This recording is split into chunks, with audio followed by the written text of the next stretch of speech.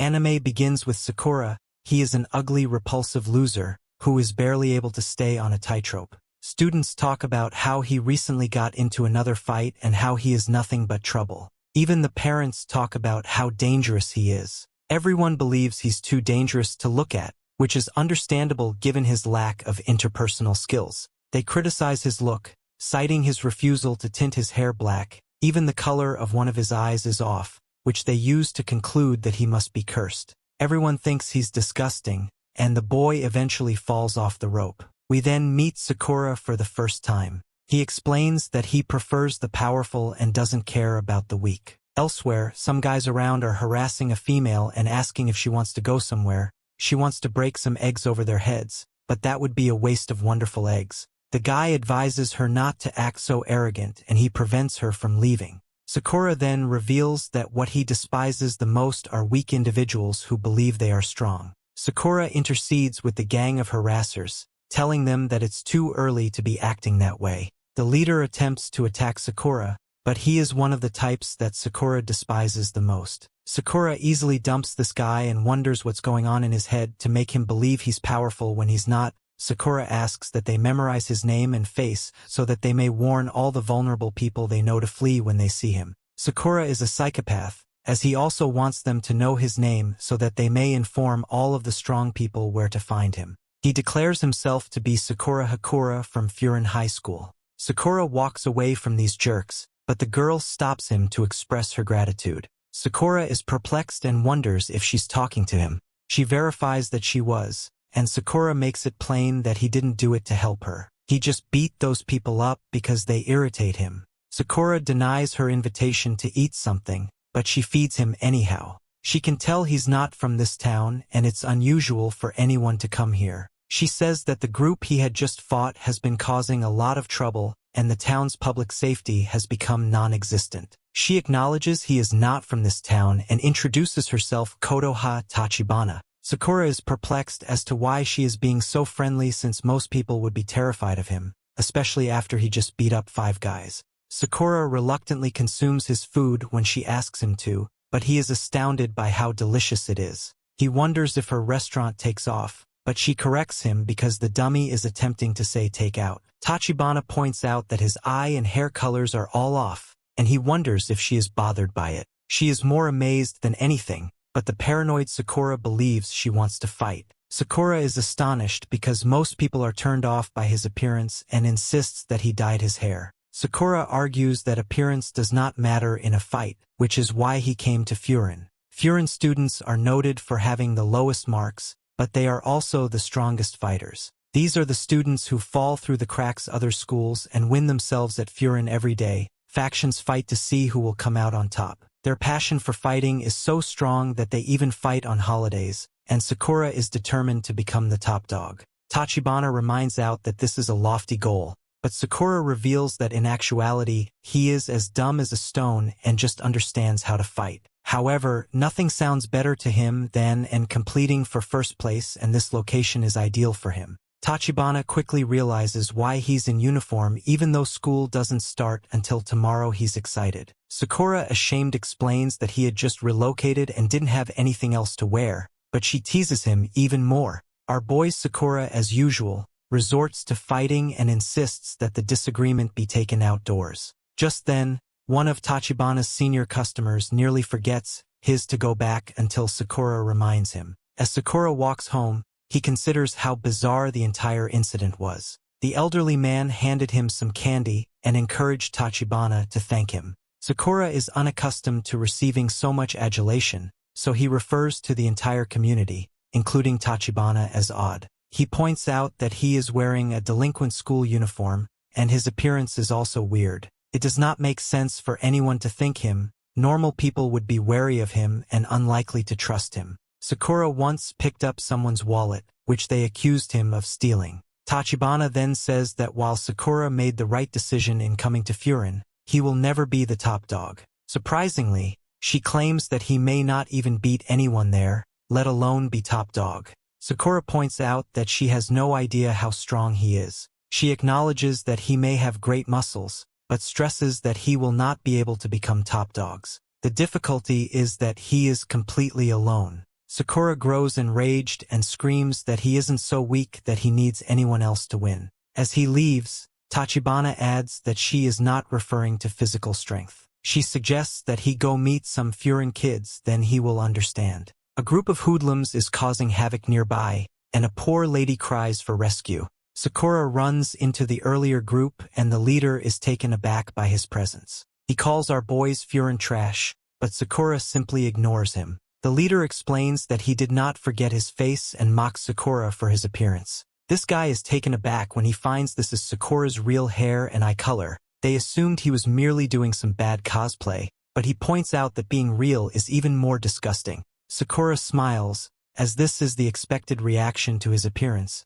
This is the disgust he has grown accustomed to. Yet, it is acceptable because he has given up on that end. Sakura, on the other hand, still wants to believe that he is valuable. If he can defeat the person in front of him, he will feel superior to them. The trouble is that Sakura can't quit thinking about how Tachibana informed him he wouldn't be the top dog because he was alone. The leader proclaims that his gang will wage war on Furin because Sakura punched him, but Sakura isn't paying attention. He's still focused on Tachibana's words as he hits the leader again, and he declares that he isn't the one who avoids people. Sakura expresses his honest views regarding his appearance. It does not make sense how people behave. He understands better than anyone that he appears strange, but he has never done anything to those who offend him. This is simply who he is. Sakura begins hitting down on this large gathering of thugs. He believes that as long as he is the strongest and finest combatant, he will be the top dog. There is no connection between being alone and this.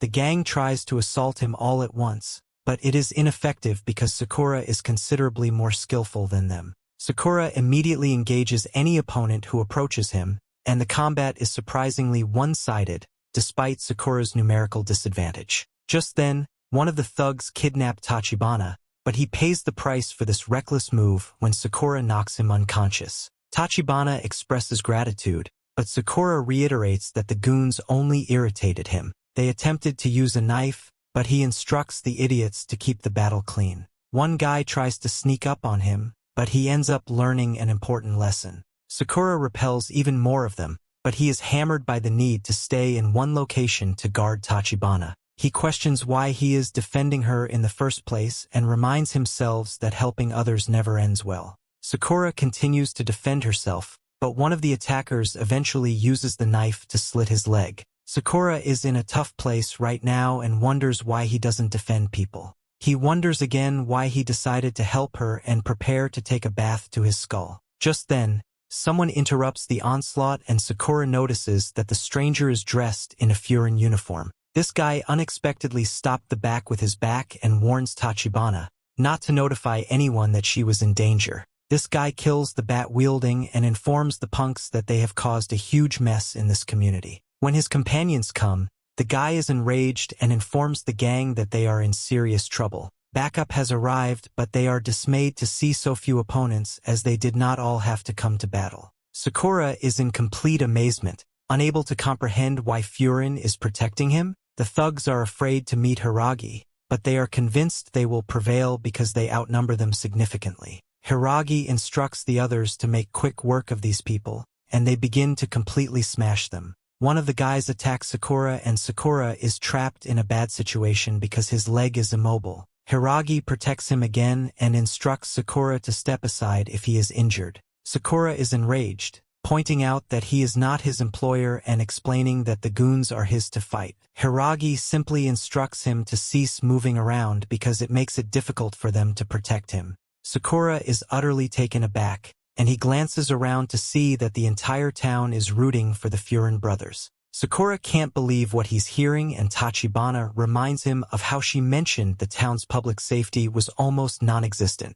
However, this was only true until 2 years ago. Everything changed thanks to Furin students. The first thing they did was place a notice board near the town's entrance. It states that if someone causes trouble in their community by injuring people or property, they will be the ones to purge them regardless of who they are. Tachibana explains that somewhere along the way the town's residents gave the Dread and students a new name. Because they cite to safeguard a town, they are known as the town's Bofurin Windbreaker. After the fight, the entire village comes out to thank the guys, The sand pupils once considered as low-grade hoodlums are now well respected in the community. They still battle a lot though. They are adored by everyone and most importantly they are needed. Sakura is astounded by how different this community is, as the combatants are treated as heroes. They appear to be thugs and they fight often, but no one is terrified of them. Sakura is overcome with emotion, and he is surprised when the town's residents tell him that he did an excellent job holding on his own.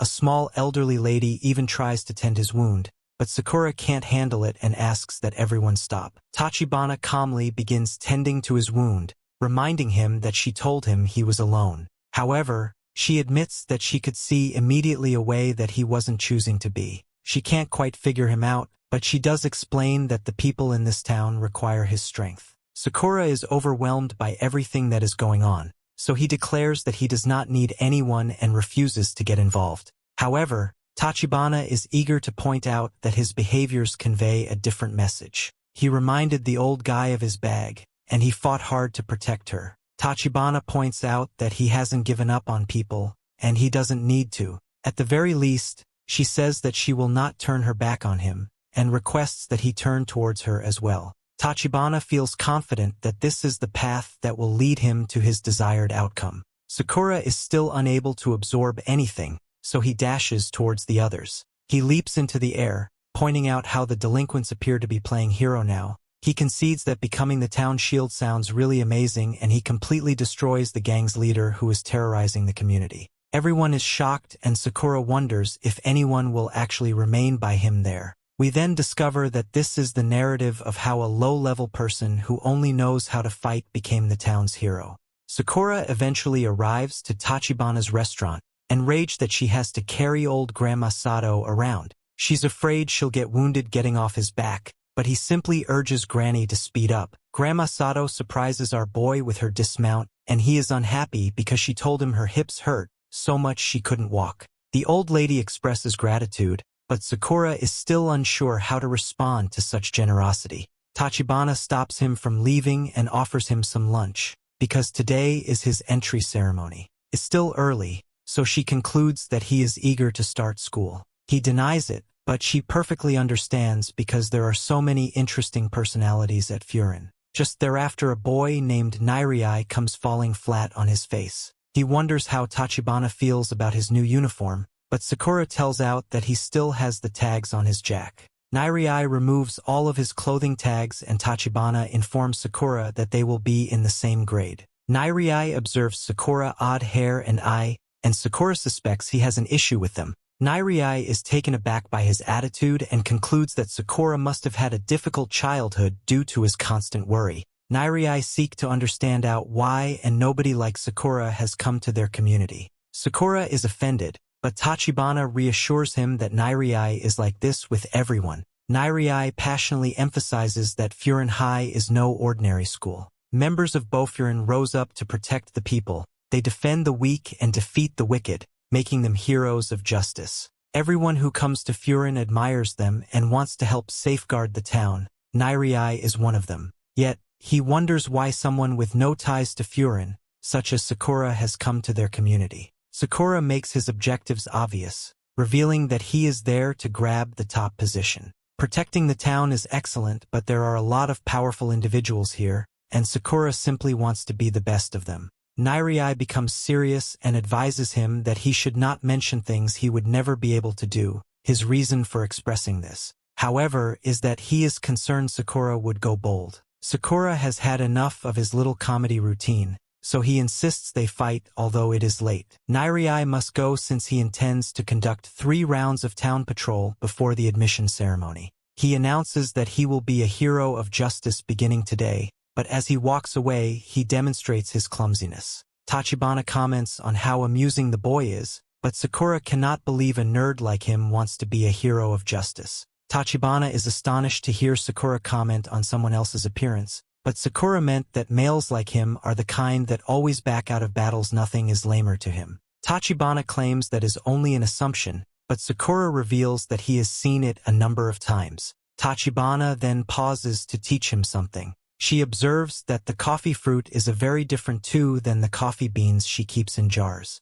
The lesson is that if you only look at things in one angle, you'll never perceive their true form. She believes he should not make such rapid conclusions and encourages him to get to know people better so that he can determine what they are truly like. Sakura genuinely absorbs this crucial information, but he assumes she means Nairai is a good fighter. Tachibana is dissatisfied, wondering whether he only worries about fighting. Sakura remains certain that he is correct even after he has left. Just then he is stopped and given some complimentary bread. He's perplexed, so the baker explains that fearful children are often helping out around town, and he simply wants to give back. They recognize Sakura as the person who stood up to the gang the day before and know that everyone is talking about him. Sakura does not know how to receive praise and leaves, but they insist that he brings some sandwiches to lunch. As Sakura walks throughout town, he notices that several other people share his sentiments. Sakura has no idea what's going on and wonders what's wrong with everyone in town.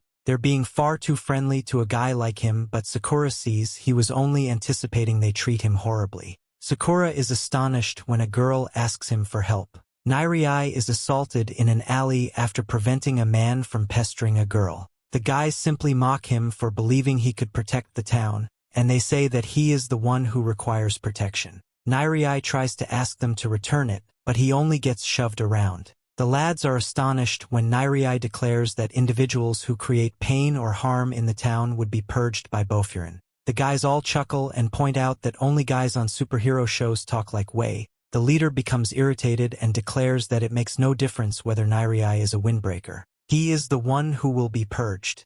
The person prepares to assault him, but Sakura arrives just in time to save Nairai. Nairai is taken aback and wonders why Sakura is protecting him, but Sakura barely notices him. The bullies laughs because Sakura is there to help his friend, but Sakura is offended by this. He admits that it's not true, and he despises weaklings who believe they are strong. Sakura declares that it makes him sick, prompting the bullies to demonstrate their abilities. Nairai is concerned for his safety because he believes Sakura will be unable to fight them alone, but there is no need to worry because the guys are all knocked out seconds later. Nairai is amazed that he dealt with them so quickly, and he wonders who Sakura is. Nairai is afraid of him now, but he thanks Sakura for his assistance. He is certain that Sakura is disappointed that someone like him is in Bofurin and attending Furin High, but Sakura just states that he was not saving him. Sakura refers to him as a typical pretender and cautions Nairai to be aware of his own limitations.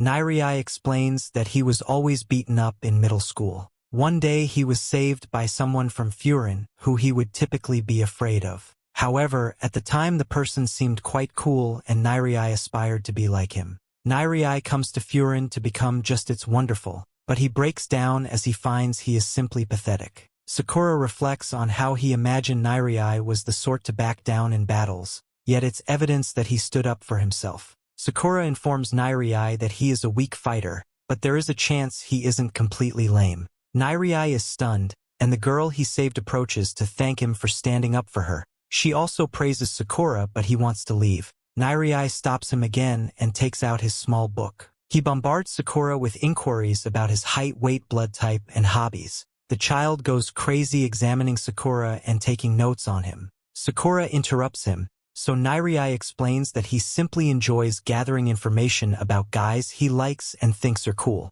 Sakura simply tells him to do whatever he wants, and there he uses this as an invitation to observe Sakura up close and personal. Nairai offers to tour him around and discloses that while he may not be useful in a fight, he is the finest guide for the town and its inhabitants. Sakura is astonished when Nairai declares that he can guide her all the way to the top. Nairai must then persuade Sakura to move on, but he is preoccupied with eating because he becomes quite hungry after fighting. Sakura is blown away by how amazing the bread is and Nairai becomes engrossed in it as well. But he remembers they need to get to school. The two ultimately arrive and Sakura is excited because there will be a lot of people like the boys he met earlier. Nairai finds the class roster and is happy to discover that he and Sakura are in the same class. Nairai is impressed by the other names on the list, but he doesn't know them personally. They are simply people he admires. Sakura does not believe it is important who is in their class, but Nairai reminds out that they will be spending a lot of time with these people. Just then, Nairai is taken aback by one name in particular and Sakura points out that he has lost all vigor. Nairai eventually gets over it and begs Sakura to be kind to everyone in class, encouraging him to smile at them. Sakura assumes he is joking, but Nairai informs her that members of Bofurin banded together to safeguard the town. Sakura is not from there. Therefore, the males will be upset and they will question why he came to Furin. Nairai believes it will be critical to demonstrate that Sakura is innocent and not Bofurin's opponent. Sakura, on the other hand, isn't listening since he's warming up. Nairai wonders why and is surprised when Sakura answers he's just preparing ready for anything. Nairai is disappointed that he did not listen and reminds out that as an outsider, even a minor misunderstanding may turn the entire school against him. Sakura doesn't care if everyone turns on him, and he tells Nairai that he is there to fight his way to the top. Sakura enters the classroom and Nairai started to notice that everyone is staring at him. The class is full of tough-looking students, but Sakura couldn't have asked for better. One student recognizes Sakura, but Sakura immediately raises his guard. Nairai apologizes and recognizes the student from his book. Nonetheless, the student claims to be Leonardo DiCaprio. Sakura falls for it at first and Nairai had no idea of this cold-faced dude could be such a jokester. Nairai knows his real name is Suwa and Suwa claims that his eye patch keeps an old Chinese ghost in his eye. Sakura loses his rage when he learns the boy is only talking but Suwa becomes serious and approaches Sakura. The situation becomes tense as Nairai thinks that people from out of town are being treated as abnormalities. Sakura prepares for a fight and Nairai is concerned that there may be no way to stop it. Just then he is surprised when Suwa pats Sakura on the back and thanks him on being the star of the main street for brawl the day before. Suwa tells to the other pupils that before Hiragi came at the brawl, Sakura was the one protecting the community. Nairai was unaware of this and the other pupils began to gather around Sakura. There were speculations about an unknown student wearing their uniforms and they are pleased that this individual did a wonderful job assisting the town. They're a little too near for comfort but Nairai decides that this is preferable to them turning on Sakura. It's evident that they won't consider him an enemy, so Nairai relaxes because the person he dreaded earlier should be fine with Sakura as well. The boys still don't understand why he came to Furin in the first place, so Sakura explains that he came for the top spot. They're all astonished, so Nairai tries to explain that Sakura isn't there to hold them down and beat them up. Sakura claims that he is, but his new friend advises him to let him handle it. Just then a table is tossed and it's a terrifying student. Sakura shows excitement on his face, but Nairai urges him not to attack this guy. He is the most dangerous student in their class and possibly the most dangerous in the entire school. His name is Tsujishita. Sakura declares that he prefers battling mad dogs like him and Tsujishita threatens to destroy him. Tsujishita delivers a hard punch but Nairai is taken aback when he finds Suwa has swiftly moved him out of the way. Sakura dodges it as well, complimenting Tsujishita on being the type of person he anticipated to see in Furin. Tsujishita becomes even more agitated, but this is exactly what Sakura had hoped for.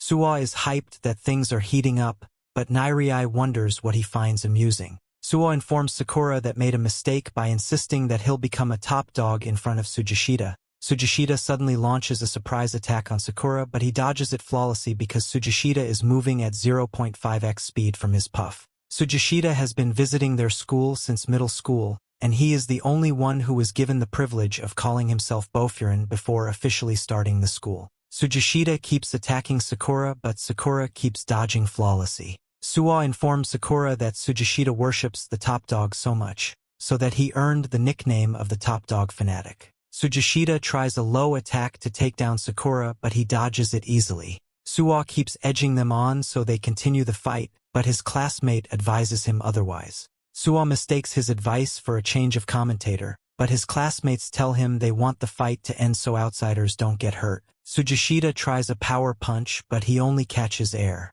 Sakura dodges his punch spectacularly, teasing him about punching his after shadow. Sakura suddenly launches a kick that catches Tsujishita squarely on his jaw, hurting his nose and everyone is shocked by this. Sakura continues making fun of Tsujishita, teasing him about being a fanatic and not having the brain capacity to think for himself. Sakura is surprised that people think that Tsujishita can beat him when he only has enough ink to follow orders from someone else. Sakura and Tsujishita are still facing off in front of the spectators. They are about to resume their brawl when a voice suddenly comes out of the announcement speakers, which stops them in their tracks. The speaker tests the microphone first, but then he gets confused wondering if the speaker is on or not. A director informs him that the speaker is on, and he loudly welcomes everyone to Furin. The direction informs him that he's talking too loudly and warns him to lower his voice so they don't get noise complaints. Sakura is pissed that he got interrupted when the brawl was just heating up. He urges Tsujishita to continue their brawl, but he notices that everyone has become zombies who are somehow commanded by the voice from the speaker. Sakura wonders who the speaker is, and the speaker introduces himself as Hajime Yumimiya Bofurin's primo. Sakura realizes that the speaker is the top dog of Bofurin, and he's hyped that he can finally get to know about the school's strongest student. Everyone listens attentively, waiting for the announcement Hajime is about to make, but he suddenly tells them he has forgotten what to say. He advises them to enjoy their youth to make up for his short-term memory loss. He advises them to live a life that matters and make a lot of memories since they are in high school. He informs them that they'll be hitting the beach during the summer, and he advises them to grab some shaved ice. Nairai wonders what use shaved ice will be, but Tsujishita suddenly pounces on him, wondering if he has a problem with it. Nairai suddenly tells him he has nothing against what Hajime said. Hajime knew they enrolled a lot more students than usual, and he informs everyone that they may not all be carried along with the school activities. He hoped that the population density wouldn't lead to a fist fight on the first day, and he advised the students to get along. Nairai escaped Tsujishita's grasp, and Tsujishita uses this opportunity to wipe the blood from his nose to hide the fact that he was in a fist fight. Suwa informs him that he can't hide his guilt because everyone saw him fighting. Hajime informs everyone that it's important they defend the town because they were given the name of Bofurin, which obligates them to protect people and their property. He tells everyone that the announcements are done, and he tells them to get some lunch. Sakura wonders how everyone was able to pay Hajime so much attention even when he wasn't in the room. He realizes that's the kind of thing the strong fighter earns. Suwa suddenly comes in between Tsujishita and Sakura and advises them to make up with a handshake. Sakura refuses to apologize to Tsujishita because he threw the first punch, but Suwa informs him that he can't hold such things to heart if he wants to become a top dog. He asks Tsujishita what Hajime would think of him if he told him he was involved in a fist fight. This thought makes Tsujishita hold his hand out for a handshake with Sakura, which surprises Sakura. Nairai urges Sakura to shake his hand as quickly as possible. Sakura decided to shake his hand, though it felt weird because he hardly touched people outside a fistfight. They both crushed each other's hands, gritting their teeth aggressively, but Suwa was happy their youth was blooming. They both released their hands from the handshake, and Sakura, his classmates, suddenly surround him. They commend him for landing a hit on Tsujishita, and they praise his flexibility while landing the kick. Sakura realizes that people have been so nice to him since he moved unlike previously. His classmates suddenly notice he's quiet, and they wonder if they choked him to unconsciousness. But he informs them that he can't be choked out like that. In the meantime, an older student suddenly informs them that they're going outside. Sakura is so pissed they have to go outside after just entering the building. The senior tells them to head over to the schoolyard, and the Hiragi scolds them for taking so much time to come outside. Sakura recognizes Hiragi from the previous day when he saved Tachibana at the cafe. Hiragi suddenly rushes at Sakura and drags him out of the crowd. He scolds him for failing to keep the fact that he saw Tachibana the previous day a secret, but Sakura is more pissed that Hiragi is spitting on him. Hiragi informed him that if others heard that Tachibana was in danger, it could lead to several unfavorable occurrences. He urges Sakura to keep his secret and not tell anyone about the events of the previous day. He threatens to begin coughing unpleasant liquids if Sakura fails to do so. He informs Sakura that he registered under an overpowered general, and Sakura is surprised by this. Sakura returns to the crowd, and Nairai asks him about the confrontation, but he tells Nairai that nothing happened. Nairai wonders what kind of person Hiragi is, and Sakura informs him that Hiragi tends to stress himself unnecessarily till he gets a stomach ache and has to take drugs. Nairai notes this down, which seems weird to Sakura. He informs Sakura that Hiragi is one of Bofurin's 4 kings, which are generals that act as captains for a class for all 3 years. Sakura thinks that they are the first platoon under the generals, but Nairai informs him that there are 4 squads under the generals. The Taman, Jikoku, Zojo and Kamoku squats. He informs him that they are in the Taman squad. As Hiragi orders them to split into groups of 4 and 5, he tells them that a second or third year will be assigned to them, and he encourages them to follow their lead and learn what needs to be done. Hiragi tells Sakura and his group to follow him, but Sakura is adamant about going because he doesn't know where they are going. Hiragi informs him that they'll be patrolling the town. While they are patrolling, Sakura wonders why Tsujishita is in his group, and Hiragi informs him that Hajime asked him to keep a close eye on both of them. Hiragi figures out that Tsujishita and Sakura already had a brawl, but Sakura informed him that it was Tsujishita who threw the first punch. Things get tense and Hiragi comes between them and tells them to walk opposite ways to avoid conflict. Sakura is bored because they're just walking instead of defending their town against would-be intruders. Hiragi informs him that they would be going on the offensive if they do that, and he advises Sakura to see the importance of their walk. He informs Sakura that they can scare smaller gangs away while walking with their uniforms, and if they do get into a fight, it would be defensive because they don't need to make the first move. Sakura is bored by Hiragi's babbling, but Hiragi informs him that he isn't very likable as he's just a brawl lover. Hiragi suddenly notices an old man going up a service ladder and he rushes over, warning the man to come down before he hurts himself.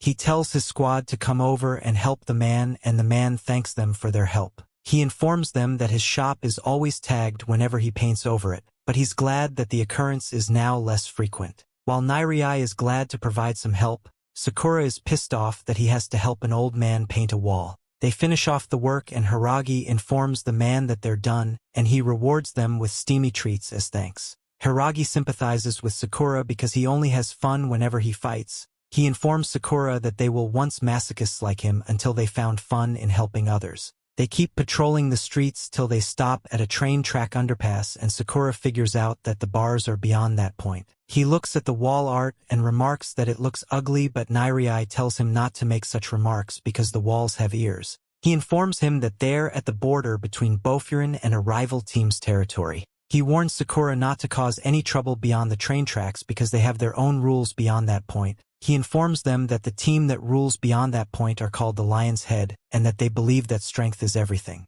Sakura is intrigued by their mantra, but they suddenly noticed a third middle student running towards them from the Lion Head's territory.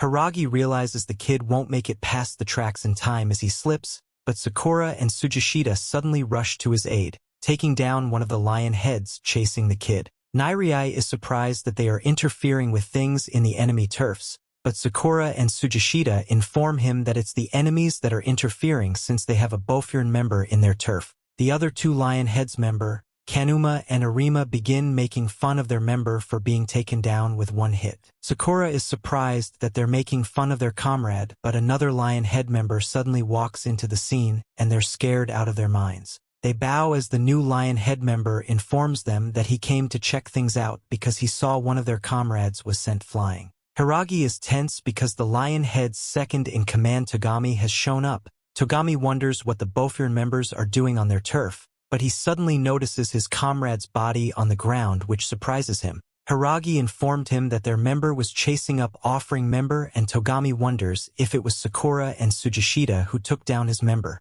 Sakura is surprised by how laid-back Togami is, and he realizes that Togami is the real deal. The down member suddenly gains consciousness, and he's pissed that Bofurin members interfered with matters in their turf. He continues to rant, but Togami suddenly beats him up because he is insulted by how weak a member of the Lion's Head is. Hiragi tells him to stop hurting a member of his team, but Togami informs them that he's no longer part of the Lion's Head. He informs them that only weak people lose and the Lion's Head doesn't need someone weak. Though Suwa had heard about this Lion's Head culture, he wasn't pleased to be experiencing it firsthand. Sakura informs Togami that the Lion's rule is lame because they claim that strength is everything.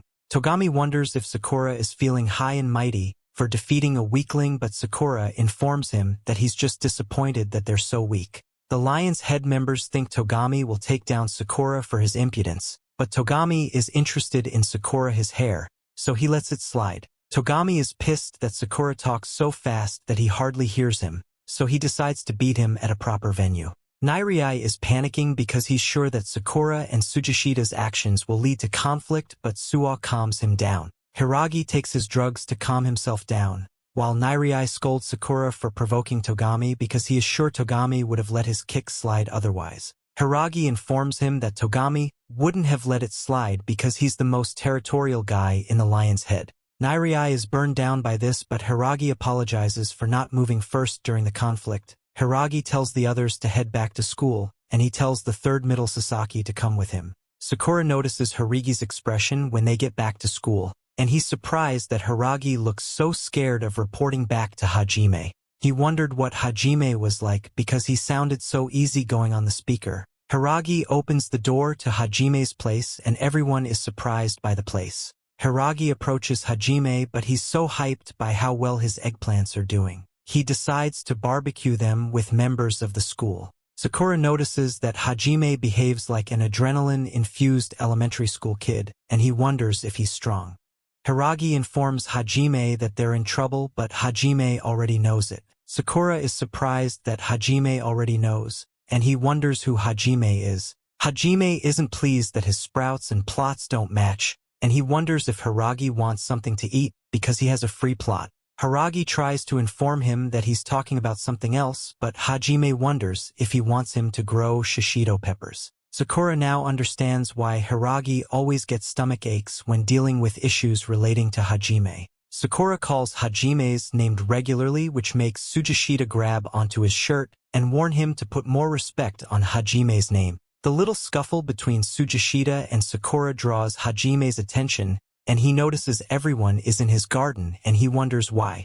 Hajime decides to use the opportunity to show off his plant crops to them, and he tries to make them appreciate his plants, but nobody is interested, while Suo encourages Sasaki that he'll be fine. Hiragi is pissed that Hajime never listens to anyone. Instead, he always rants about things he likes until he's satisfied. Hajime is doing his best to convince them that his plants aren't just random leaves, and Sakura realizes that he seems a bit naive just like he was on the broadcast. He recalls how his voice changed the atmosphere during his broadcast, and he wonders what attracts people to Hajime. Sasaki suddenly stands up, deciding to tell everyone what led to the situation he found himself in. Suo figures out that the tension on Sasaki's shoulders is too much. As he begins his story, he recalls how he saw a shoplifter whom he chased down until he realized he was on the Lion's Head turf. They chased him all over the turf, and when he thought there was no hope for him to escape, Tsujishita and Sakura saved him. He apologizes for getting carried away and causing a clash with an opposition clan,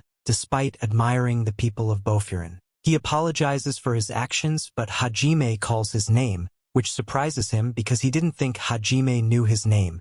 Hajime thanks Sasaki to the surprise of everyone, informing him that he doesn't need to apologize since he sparked the clash accidentally while trying to save someone. Hajime reassures him to rest easy and leave the rest for the big brothers. He then wonders how he was saved, and Sasaki informs him that Tsujishita and Sakura kicked the guy who was close to taking him down. Hajime is so thrilled that they kicked the guy away because he knew that negotiating with them would have been fruitless. Hiragi informs Hajime that he feels ashamed that such a thing happened in his presence. Hajime tells him not to shoulder the blame by himself because he was the one who gave him such a responsibility. Hajime teases Hiragi because his stomach is acting up, but Nairai informs Hajime that Sakura is sealed despite with the Lion's Head clan. Sakura calls him a snitch for selling him out like that, but Hajime wonders if he picked a fight with the Lion's Head. Sakura explains that the clan slogan didn't sit well with him because they were beating weaklings when they claimed to be strong. Hajime finally understands, and he's about to bring his hand down on Sakura. Sakura prepares for a fight, but Hajime just pats him on his head, commending him for saying the right thing.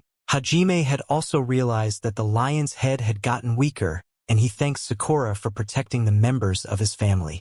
Hajime was happy that he gained a reliable younger brother, and Sakura wonders why he's so relaxed by Hajime's comment. Sakura finally understands that Hajime makes people feel safe, that's why they follow him. He suddenly gets back to his senses and he slaps Hajime's hand off his head, wondering when he became his younger brother, while Tsujishita is pissed off by this. Hajime informs Sakura that he thinks of everyone in the town as his family. Hiragi suddenly gets a call from Kaji, but he's barely able to get words out of his mouth. Hiragi tries to make him say something, but he doesn't get a reply on the phone. Someone using a megaphone suddenly says hello to them from below, trying to get their attention. They move closer to the wires to see Tamiyama, the leader of the Lion's Head, holding Kaji, who is unconscious. He tells Hajime to come down to meet him so they can fight till they can't move their limbs again. Nairai suddenly gets a panic attack, wondering why the leader of the Lion's Head was on their turf. He was scared that an all-out war was about to break loose, but Sakura was hyped that someone stronger than Togami was standing in front of him. He suddenly feels an energy surge as Hajime passes him by, and he wonders what is going on. Hajime wears his jacket and heads downstairs with Sakura and Hiragi following him. Nairai is surprised that everyone is heading downstairs hurriedly except him, and he begs them to wait for him.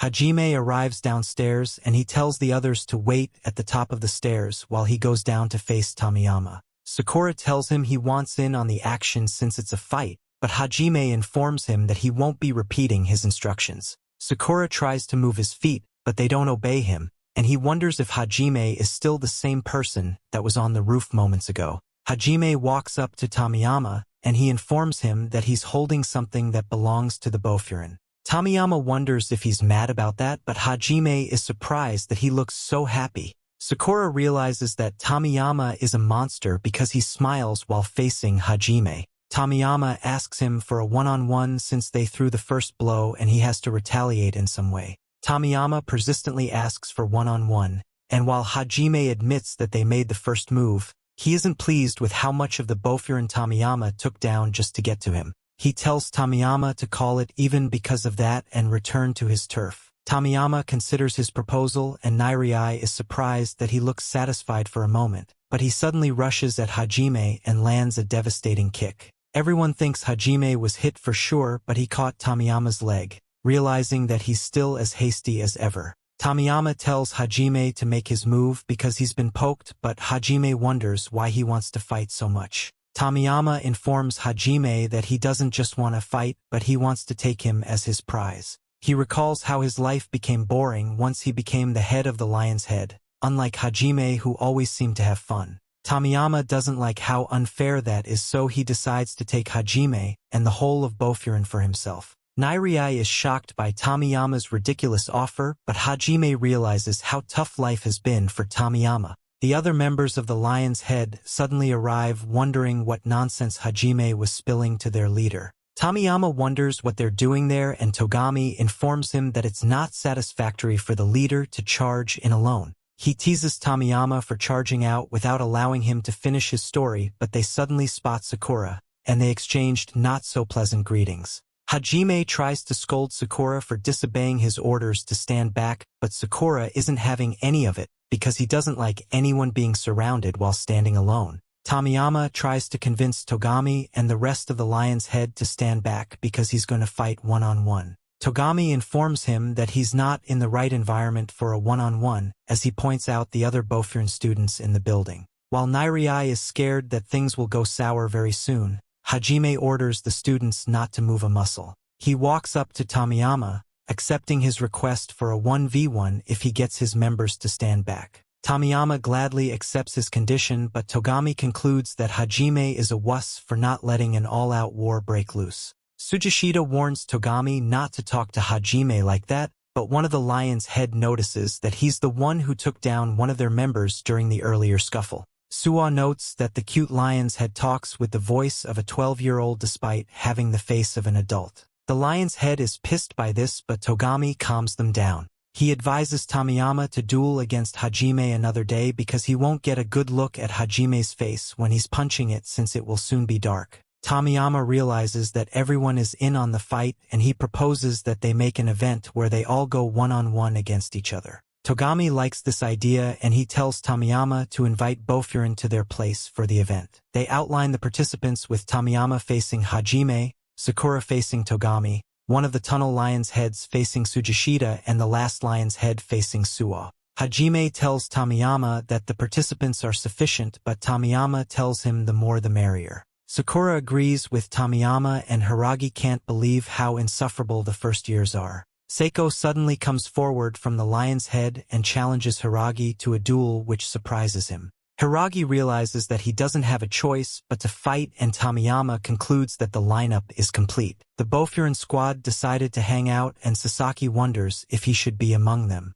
Nairai is having a breakdown and Sakura tells him that he's overreacting, but he tells Sakura it's his fault that things turned out the way they did. Tachibana serves him dinner and telling him it would calm him down if he gets something into his stomach, but he tells her he's scared that Hajime may lose to Tamiyama. Sugishita is pissed that Nairai thinks so little of Hajime as he keeps complaining that their territory would be taken over by the lion's head. Tachibana advises him that making a fuss won't change anything, and she reassures him that Hajime isn't so weak. Sakura finishes his dinner and wonders if he can go home, but Nairai informs him that Hajime and the rest of the squad haven't arrived yet. Sakura isn't happy that they are late despite telling them to wait. Sakura wonders why Hajime chose such a restaurant, because he didn't like it, but Tachibana is pissed that he's still complaining after clearing his plate. Suwa informs him that the restaurant is a famous place in Bofurin where they usually hang out, especially before a fight. Hajime suddenly arrives and begins fawning over Tachibana. He promises to send her some veggie sprouts during the summer when they're fully grown. Sakura wonders what is going on, and Suwa explains that Tachibana is one of Lumiya's favorites. Sakura thinks Tachibana is his girlfriend, but they both deny the allegations. Hajime claims that she's his little sister, but Tachibana explains to Sakura that they grew up in the same group home, that's why Hajime always acts goofy around her. Sakura figures out that Hajime referred to Tachibana as his little sister, and he wonders how old she is. She informs him that she's 16, the same age as him, which surprises him because she looks way older than 16.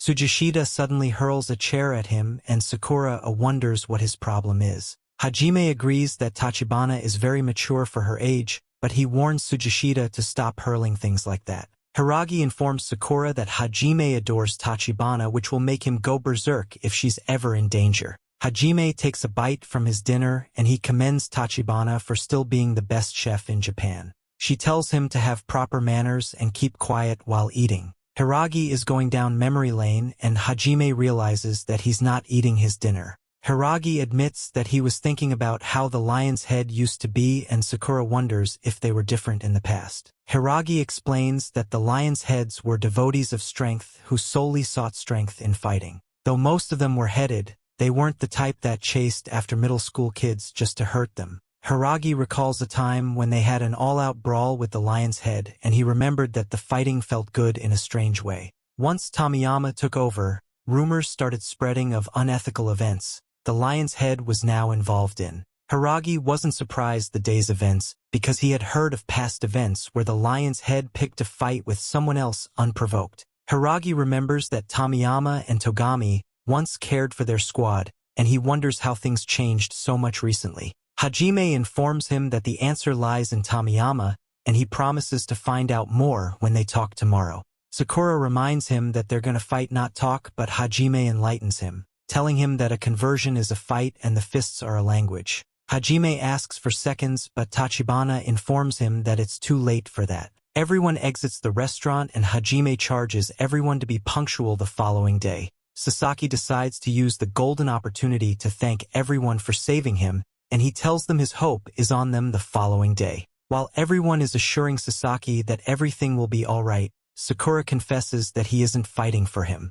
Tachibana calls him out to correct him, and Sakura gives the right response, saying Sasaki should leave everything to them. They leave the restaurant, and Sakura ponders over Hajime's words about fists being a language, because he never thought of it like that previously. The next day, they gather at the boundary and enter into the lion's head turf. Sakura felt even more confident that he wouldn't lose because he'd never fought for someone like this before. Tamiyama welcomes Hajime into their turf, and Hajime informs him that they're ready for action.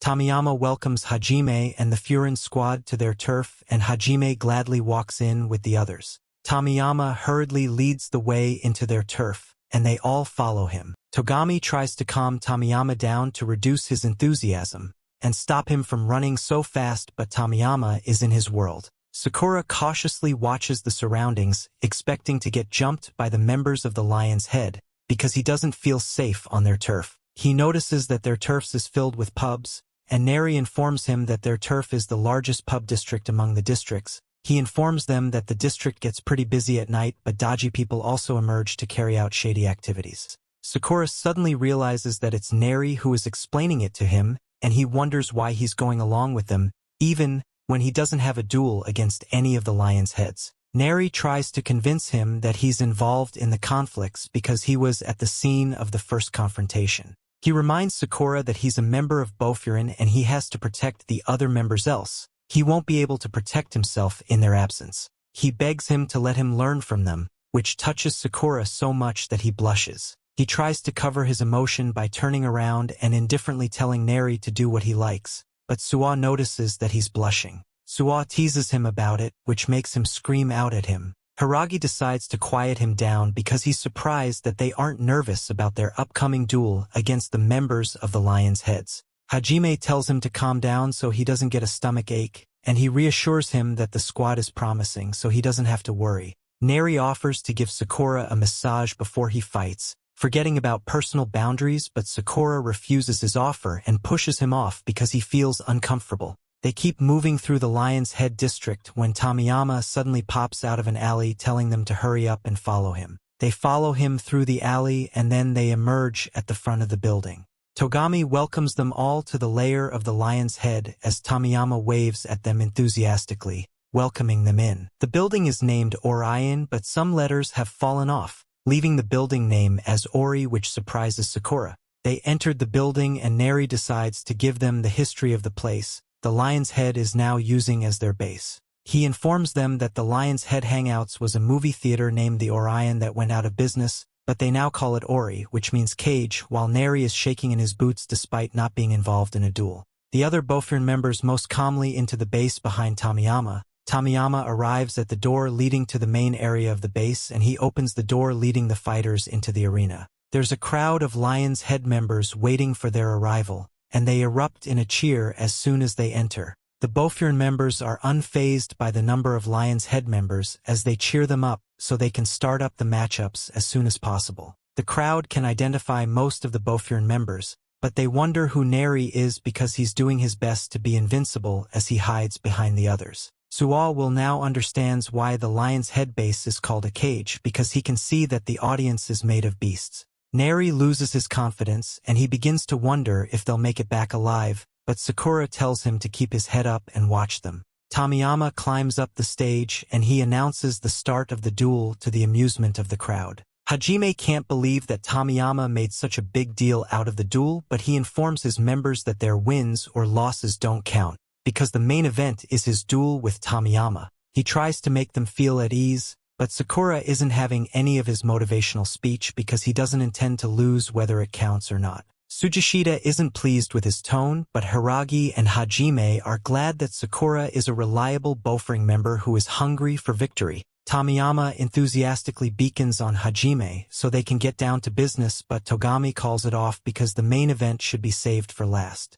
Arima offers to kick off the tour because he was getting pissed by the disgusting side look Tsujishita has been sending his way. Tsujishita is on his way to the stage when Sakura suddenly stops him to remind him that they still have a score to settle. He informs Tsujishita that he won't bother trying to settle the score if he can't beat Arima convincingly. Tsujishita just looks at Sakura in a dazed state, and Sakura wonders if any of his warnings is getting through Tsujishita's thick skull. Tsujishita just scoffs and he continues up the ramp to the stage. They both face off on the stage and the crowd cheers for Arima to take down Tsujishita.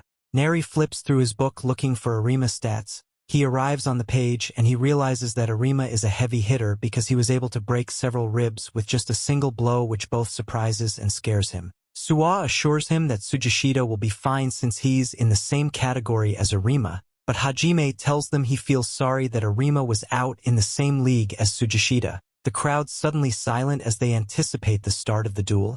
Arima is annoyed by Tsujishita's dull eyes, but he pulls the chicken move by turning to Hajime and asking what is wrong with him. Tsujishita falls for his trap and he turns towards Hajime thinking he's been hurt. Arima uses this opportunity to rush at him and land a punch on his jaw. He tells him never to look away in a fight, but Tsujishita suddenly grabs his arm and tells him to show him more respect. He picks him up by his head and slams him into the ground to the surprise of the spectators, but Sakura is bored because of how weak Arima turns out to be. Arima is knocked out by Tsujishita and the audience can't believe that he was destroyed so easily. They wonder if Tsujishita is the first year because they've never seen him before. Togami suddenly puts on a serious look while Tamiyama is elated by how tough Tsujishita turned out to be, and he commends him for this. He tries to run towards Tsujishita so they can fight, but Togami holds him back. Neri realizes that the Lion's Head members have a few screws loose because they choose to compliment their opponents instead of showing concern for their downed member. Tsujishita walks back to Hajime, who welcomes him back and commends him for being quite tough because he was unharmed by Arima's punch. Neri is amazed that Tsujishita is unharmed despite being punched by the Lion's Head One-Punch Man, but Sakura is not surprised because he's faced him before. Suwa realizes that Sakura has acknowledged Tsujishita, but he tries to deny it, saying that Tsujishita only has crocodile skin and nothing more. They get into an argument while Tamiyama questions Togami, wondering how he plans to defeat Sakura. Togami is about to get up from his seat, but Tamiyama suddenly jumps up to announce the next matchup. He orders some of his members to carry Arima off the stage, but they're not enthusiastic about their order. They proceed to the stage to pick Arima up and they drag him across it, but they realize he's too heavy, so they just dump him off the front of the stage. They're disappointed that he turned out to be such a weakling despite always talking big, and they kick him in disgust. Neri is surprised by their action towards their member, but as they're walking back, Sakura tells them to stop running their mouths close to him. He tells them to never call themselves devotees of power because he's always embarrassed when he watches them. One of the Lion's Head members approaches Sakura menacingly, and Neri almost jumps out of his skin when he comes close. Suwa tells Sakura to save his breath because kids like that won't understand until they are defeated. One of the Lion's Head members grabbed Suwa's jacket, wondering if he'll grant him understanding, but Tamiyama gives him a nasty look and tells him to lay off Suwa because he's not his opponent. The Lion's Head member backs off in fear, and Tamiyama emotions suddenly changes, and he enthusiastically awaits the next match. Sakura decides to take the next match, but Suwa tells him to sit down because it's his turn. Suwa looks at Kanuma, his opponent, and he sees him biting his nails. He tells him to do some exercises to calm his nerves, but he gets up to his feet and his fellow members cheer him off. Suwa gets to his feet and tells Sakura he thought he was stupid when he came to their school and said he'll take the top spot, which makes Sakura wonder if he wants to pick a site. Suwa tells him that he's awesome because his words have a spine, and he promises to do his best to keep up with him. Sakura suddenly blushes, and he tries to hide it by telling Suwa to get on the stage already. Suwa and Kanuma move up the stage. Sakura wonders who the guy is, and Neri looks through his book thinking he's talking about Kanuma, but Sakura informs him that he's talking about Suwa. Neri recalls how Suwa was said to be strong from his second year, but Sakura already knows this by looking at him, and he asks Neri if there's anything more to Suwa. Neri tells Sakura that though Suwa is famous, there's no story about any opponent he's defeated, which surprises Sakura. Hiragi also confesses that he doesn't know anything about Suwa because he went to a different school. Hajime admits that he also doesn't know anything about Suwa, but he understood that he was a kind gentleman as soon as they met. Kanuma was pissed that they took down Arima, and Suwa is surprised that he was showing emotion, unlike the day under the train tracks. Kanuma tells him it's reasonable for him to be pissed because they took down his brother who has been with him all his life. Sol mocks him for only complaining when he's the victim, and he teases him for being an impatient child, which makes Sakura wonder if Suwa is a nice gentleman. Kanuma loses his temper and he rushes at Suwa trying to land a punch, but Suwa deftly dislikes his attack to the surprise of everyone. Suwa tells him to stop whining like a child and invites him into adulthood, but Kanuma is scared of attacking after realizing that Suwa dabbles in some form of martial arts because of the way he moves. He decides to try to punch faster than Suwa can react, but he finds himself flat on his back. He tries to punch Suwa again, but Suwa who blocks with his legs and sends him flying. He wonders if Kanuma knows what he needs to enter adulthood, but Kanuma has had enough of his nonsense. Kanuma rushes at him again, but Suwa dances around him so fast which makes it look like he's stumbling around chasing shadows. The Lion's Head members asked him to take the match seriously because he's mocking them, but Kanuma knows he's doing his best, unlike the audience who can do nothing but shout. Hajime confesses that Suwa is not an ordinary gentleman, and Sakura realizes that he's just toying with a lesser opponent and making a fool of him, which isn't gentlemanly at all. Kanuma keeps trying to land a hit on Suwa, but he deflects and blocks everything. Sakura confesses that he would want to unlive himself if he was in Kanuma's shoes, but he admits that he'll never be in that situation. Hiragi is surprised that Suwa is so emotional about his battle, and he thinks his emotion was cooked up after seeing some of the lion's head members. But Hajime informs him that Suwa was influenced by someone, while Neri figures out that Sakura influenced Suwa. Sakura wonders how he can get Suwa to spar with him seriously. Kanuma keeps trying to land hits, but Suwa blocks and counters his every move. Kanuma stays down and the lion's head members mock him for not being serious, but he looks over at Togami and he figures out that he needs to do something. Suwa realizes that he's getting an answer to his question, as Kanuma suddenly gets to his feet and tries to hit Suwa with a huge punch. Suwa brings his foot to Kanuma's face, who stops in time to avoid getting hit. Suwa informs Kanuma that he needs the imagination to grow into someone who can't be ridiculed to become an adult. He tells him he needs to turn the imagination into reality to fully mature, and he readies his punch to attack Kanuma. Kanuma begs him to hold on, but Togami steps on the stage to stop the match so Kanuma doesn't humiliate them anymore. Taniyama wakes up by a slender glad that the match is over because it bored him to sleep. He informs Kanuma that he isn't one of them anymore, and Suwa walks past him and congratulating him for throwing after realizing what he needs to become an adult. The anime continues. The lion's head members realize that Suwa was just toying with Kanuma. They are disappointed by the match results and they wonder how Suwa got so strong. They realize that Suwa is also a first year since they don't recognize him, which makes them reconsider their chances against the Bofurn squad because of how packed their lineup is. Suwa steps off the stage with the world at his feet and he walks back towards his seat. Hajime commends him for being very tough while on stage, but Suwa tells him it was just another walk in the park. Neri wondered if he was showing off some form of kung fu, but Suwa wasn't sure because his master learned the style on his own. He reveals that his master called the style a mixture of many styles, and Neri notes that Suwa had a master. Hiragi points out that Suwa got emotional because it was unusual, and Suwa apologizes for losing his cool while on stage because he doesn't usually act like that. Suwa blames Sakura for affecting his composure, but Sakura tells him to stop pointing fingers. He makes Suwa promise to go all out when they duel,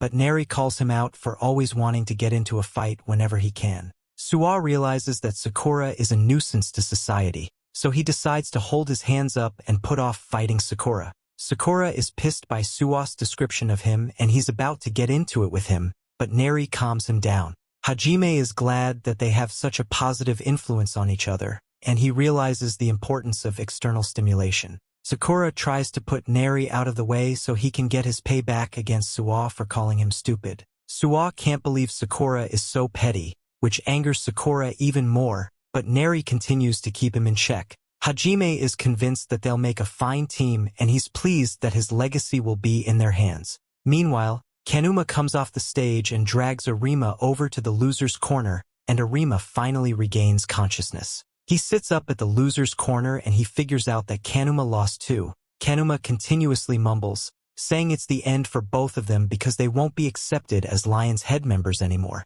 Meanwhile, Tamiyama is itching to go against Suwa after witnessing him take down Kanuma, but Togami calls for the next matchup. Sakura is glad that it's finally his turn to get on stage and he gets up to his feet eagerly. He's surprised when Seiko suddenly gets up and points to Hiragi for their matchup. Hiragi apologizes to Sakura because he has to go first, but Sakura is pissed that he has been denied his fight after 2 first years already fought. He protests this injustice, but Neri steps in as the pacifist. Hiragi figures out that Togami isn't ready to go up against Sakura just yet, so he's the one who has to step on the stage. Sakura realizes that he is telling the truth. Hiragi tells Sakura it's wrong for him to face the Lion's Head second in command because he should be the one doing it. Sakura thinks he's insinuating that he can't win his fight against Togami, but Hiragi tells him he is trusting him to win the match. Sakura tells him he doesn't need his trust because he's confident he'll win, but he wonders why Seiko decided to postpone his fight with Togami.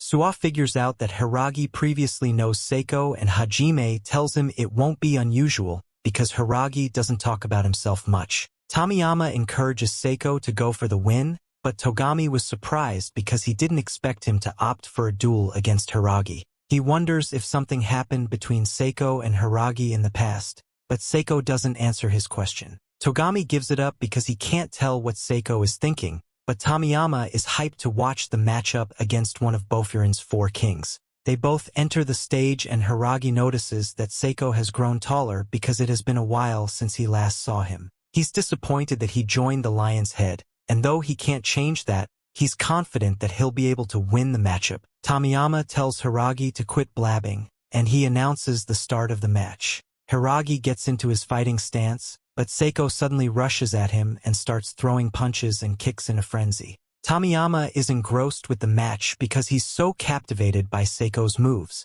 Hiragi blocks all of Seiko's strikes, and as Seiko tries to land a huge pick on his temple, he puts up his hand to block the strike. Everyone is surprised by Seiko's attack speed, but Seiko is pissed that Hiragi is still looking down on him after so many years because he said he was going to win the match. Seiko is disgusted by Hiragi's overconfidence, and he informs him that he shed his old self a long time ago. Seiko gets into his fighting stances and he decides to introduce his new self to Hiragi with his punches. He rushes at Hiragi once again and he tries to land a hit, but Hiragi keeps parrying and countering his strengths. Hiragi takes a huge step forward and Seiko tries to land a feint kick on Hiragi, who was almost caught by it, but he dodges it at the last second. The Lion's Head crowd are pumped and they cheer Seiko on. Neri is surprised that Seiko can put Hiragi on the ropes. Togami is also surprised by this, but Tomiyama expected it because Seiko is one of their top 5 members. Togami remembers that Seiko has been in more fights than anyone. He recalls that Seiko joined them out of desperation, but Tomiyama is more surprised to find out that Seiko knows more than 2 words because he hardly speaks. Togami realizes that there's some old beef between Seiko and Hiragi. Hiragi tries to land heavy kicks and punches on Seiko, but he dodges them easily, disgusted that Hiragi only relies on his strength to win fights. He throws a punch at Hiragi, which he manages to block, but he's disappointed that Hiragi hasn't improved all these years. Hiragi is disappointed that he's now talkative because he's bound to bite his tongue if he engages in chit-chat during a fight. Seiko is pissed by this, and he rushes at Hiragi even faster. Hiragi wasn't prepared for Seiko's new speed, and Seiko managed to land a kick that sent him flying into the wall. Seiko looks at him condescendingly because he has gotten weaker, but he figures out that it was bound to happen since he hangs out with people like Hajime. Sakura suddenly calls out to Hiragi and blames him for letting Seiko run his mouth. He is pissed that he's letting Seiko mock them freely, and he almost runs up the stage to give Hiragi a beating of his own, but Neri holds him back. Suwa figures out that Sakura is just looking out for Hiragi, which makes Sakura blush. Sakura tells him he's just calling him out for letting Seiko mock them, but Hajime tells Sakura to calm down. He tells Seiko that Hiragi is one of the 4 kings of both Eren, and he's currently leading a team named Tamonten. Hiragi suddenly gets back to his feet and he lets out a few cracks because it has been a while since he's been kicked like that. He bunches up a Superman punch which he aims at Seiko, but Seiko gets out of the way and punches the ground. Hiragi apologizes for showing his pathetic side, and he admits that Seiko has gotten much stronger. Hajime informed Seiko that the other name for Hiragi's group is Bishamon, which is the god of war that controls the battlefield. Hiragi is embarrassed that a first-year yelled at him, and he knows no medicine will cure him from such an embarrassment, but he is hyped because the duel was getting fun. In the past, Seiko was getting bullied by other students who mocked him for being witty, but Hiragi came to his aid. The two are now locked in an all-out brawl. As they exchange punches and kicks, the Lion's Head spectators are hyped that they get to witness such a fight. Sakura is surprised by how strong Hiragi is, and Suwa tells him it's no surprise because the title of the King of Bofurien isn't just for decoration. Sakura wanted Hiragi to go all out from the beginning, since he was that strong, which would have saved him the embarrassment he suffered. Suwa informed Sakura that his words of inspiration may have been what Hiragi needed to show off his full strength. Hiragi and Seiko keep exchanging punches and kicks, while Tomiyama is impressed by how strong Seiko is since he's able to hold his own against Hiragi. While Togami agrees with Tomiyama, he figures out that Hiragi has the upper hand in the fight. Hiragi suddenly lands a huge kick on Seiko, which makes him lose his balance. He takes some time to catch his breath, but he can't just make peace with the fact that Hiragi is now stronger than him. He can't figure out why Hiragi is stronger than him, despite hanging out with members of Bofurien and only fighting for peace. In the past, Hiragi took down the bullies messing with Seiko, and Seiko wondered why he helped him. Hiragi told him he had to intervene because they were him, and he wondered if he shouldn't have come to his aid. He told Seiko that he had to speak up against bullies and fight against them, or else he'd always remain a victim. He offered his hand to Seiko so he could help him to his feet, but Seiko took his hand and begged him to teach him how to fight. Hiragi was surprised by this, but he decided to teach Seiko regardless. Seiko remembered that Hiragi was strong back then, and though he never created his squad, people were naturally drawn towards him. Seiko admired Hiragi so much, and he was proud to be his follower. After Hiragi graduated from high school, Seiko congratulated him for graduating and getting into Furin High. He was sure that Hiragi would take the top spot in Bofurin, and he offered to help him take that spot. Though Bofurin was united yet, Seiko was sure that Hiragi would be able to take the top spot regardless, and he was prepared to stay by his side during all this.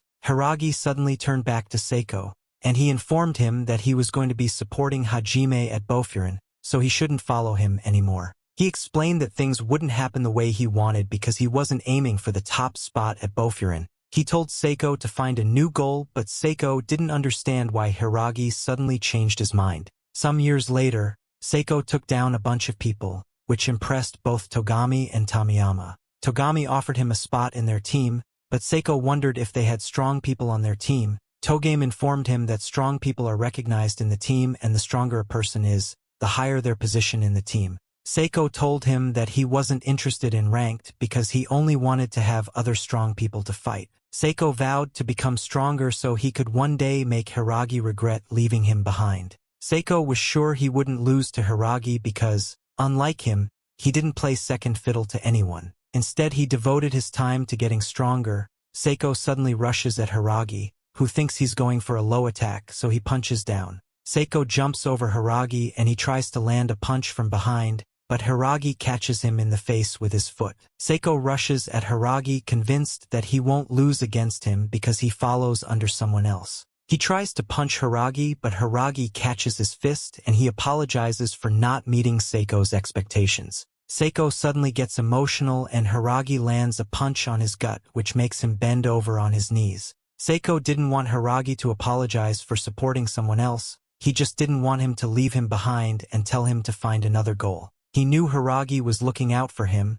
but he always wanted to follow him, even if he chose to follow someone else. Seiko falls to the ground and Hiragi stands over him, remembering when Seiko vowed to follow him where he went. Back then, Seiko was convinced that he'll take the top spot, and he vowed to follow him even after he took the top spot. The Lion's Head members can't believe Seiko lost, but they now recognize Hiragi's strength since he's one of the 4 kings of Bofurin. Tamiyama is hyped to go against Hiragi, but Togami isn't impressed with Seiko's performance. He asks one of the Lion's Head members to get him off the stage, but Hiragi offers to do it, since nobody wants to. He carries him off the stage and drops him gently, but Togami tells him he doesn't have to be so gentle. Togami grabs Seiko's jackets, but Hiragi grabs his hand and tells him to deal with Seiko after his duel with Sakura because he doesn't know the outcome.